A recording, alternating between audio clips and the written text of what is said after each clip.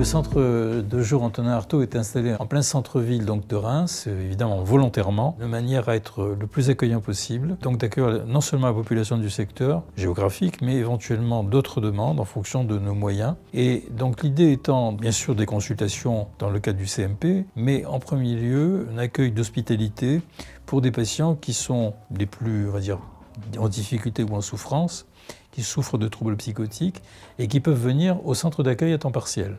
C'est par là, je dirais qu'on a commencé dans les années 80. Donc on a en bas, dans la maison, une salle d'accueil, des salles d'activité et surtout, le travail ne se résume pas à cette maison, mais également il y a toute une série de lieux dispersés dans la ville, un réseau d'appartements thérapeutiques, un réseau d'appartements sociaux, un club thérapeutique, un groupe d'entraide mutuelle, différents lieux, articulés les uns avec les autres. Et l'équipe assure de manière fluide un suivi des patients qui circulent entre les lieux. La même équipe partage son temps entre les différents lieux. Et il y a également même un centre d'accueil à la campagne. Donc c'est une partie de l'équipe qui va s'occuper de ce centre d'accueil à la campagne. Et on se retrouve tous le jeudi après-midi pour essayer de mettre en commun nos difficultés rencontrées et essayer de les penser ensemble et de les surmonter. Voilà le principe. Principe d'hospitalité donc pour les patients dans l'équipe, puis principe aussi de mise en question permanente de la hiérarchie pour pouvoir discuter de manière transversale entre soignants et avec les patients, par le biais de réunions, d'assemblées générales, de discussions, d'activités les plus diverses.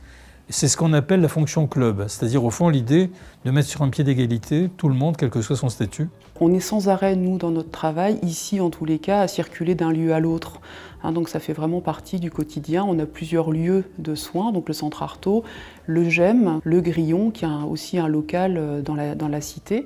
Et il y a tout ce travail finalement de circuler dans la cité. Alors on peut être amené dans un premier temps à accompagner les gens jusqu'au point de rendez-vous. Et puis finalement, les gens vont venir tout seuls. Et puis ça peut prendre du temps, ça peut prendre des années, avant même qu'il y ait un début de mouvement vers d'autres, quoi. Donc les soignants, les autres patients, c'est un petit univers, et puis qui va s'ouvrir, qui va s'élargir avec les clubs thérapeutiques. C'est très important pour moi de considérer cet atelier comme un atelier classique, que je ferai n'importe où, et du coup, je mets avant tout l'exigence de l'atelier de lecture-théâtre, et l'exigence artistique. C'est ce qu'ils veulent, c'est ce qui est important. Je ne connais rien de leurs troubles, de leurs maladies, de leurs symptômes. Je les prends à l'instant T quand j'arrive. J'arrive du monde de l'extérieur, eux aussi, et c'est exactement sur ça que se fonde la relation, et c'est aussi pour ça que je suis et ils sont attachés aussi à ce moment-là.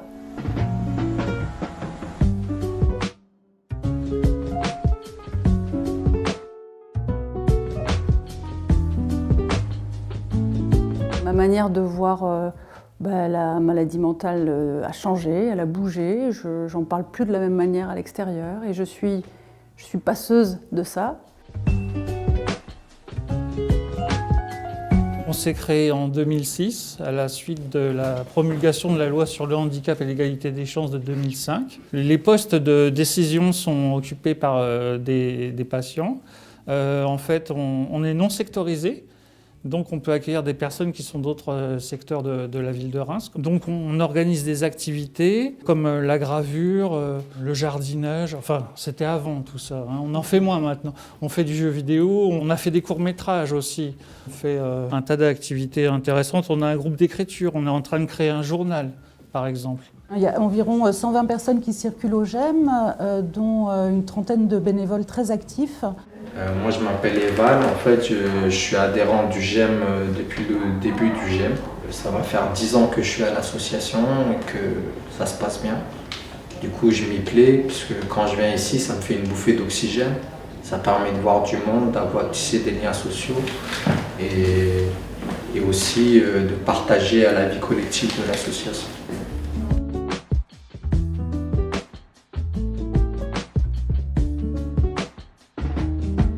On est UMAPSI, donc on est une association loi 1901 qui s'est créée en décembre 2011 suite au vote de la loi en juillet 2011, vote d'une loi sous Sarkozy qui instaurait les soins sous contrainte en ambulatoire. Donc ça qui nous a fait nous mobiliser, en tout cas cette loi. L'idée de l'association, c'est de s'exprimer en tout cas sur la politique appliquée à la psychiatrie et à la santé psychique et aux soins psychiques en général, quoi. On a reçu, pour les membres fondateurs en tout cas, une thérapie qui nous a tous fait du bien, et donc on veut la défendre parce qu'on voit qu'autour il y a beaucoup d'enfermement. Voilà, là où on est suivi, il n'y a pas de contention par exemple. Et donc on voudrait que ce soit plus souvent le cas et que la psychiatrie soit moins coercitive, quoi. Donc avec l'association UMAPSY, les choses qu'on fait essentiellement en dehors de nos réunions mensuelles dans les locaux, c'est de répondre à des invitations diverses, que ce soit par exemple pour des formations des étudiants dans les IRTS ou les IPSY, quelquefois dans les facs de psycho, mais aussi depuis récemment parfois dans des formations continues pour des professionnels. On est allé il y a 2 ans et l'année dernière dans le grand EPSM, l'établissement public de santé mentale, pour pendant 1 heure expliquer aux soignants qui on était, ce qu'on faisait. Et puis on participe aussi activement aux semaines de la folie ordinaire, qui sont pour nous un grand moment dans l'année, parce que c'est là où on essaie de toucher le public le plus large possible, y compris en dehors de Reims. Enfin voilà, on essaye de faire en sorte que le souvenir de la pratique humaine en psychiatrie n'est pas qu'un souvenir. Il y a encore des lieux où il y a un peu d'activité, et voilà, il faut que ça se sache, quoi. Voilà.